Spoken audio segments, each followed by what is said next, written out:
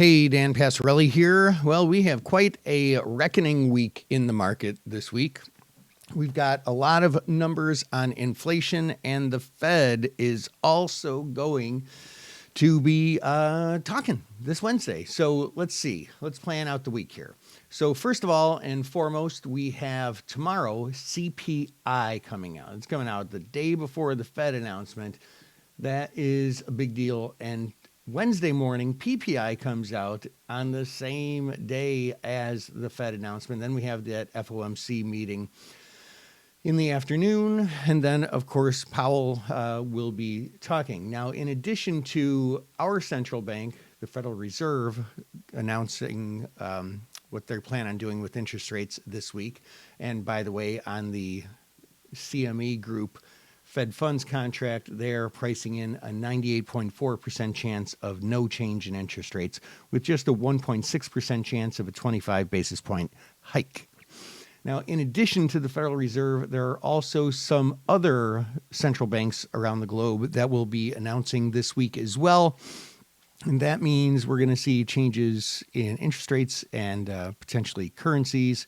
And it's a really, really big deal from a macroeconomic standpoint.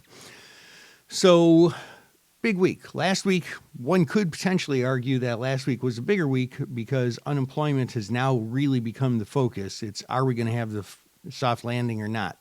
Inflation has been looking pretty under control. And I'm going to make the same statement that I did last week.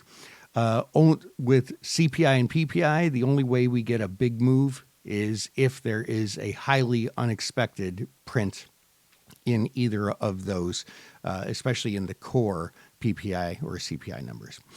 That being said, from a technical standpoint, we're making new highs, and you just can't fight the tape, no matter what you think.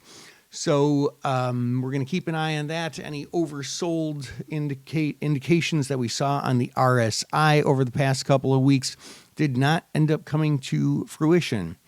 So we wait for the Fed announcement and we make our trades accordingly. I expect to see lower volatility and lower price movement across the board until after the announcement. And then it's going to be some digesting of what is said at the meeting and what is said by Powell after the meeting. And that is what our week looks like. Hope that helps. This is Dan Passarelli, Trade Smart.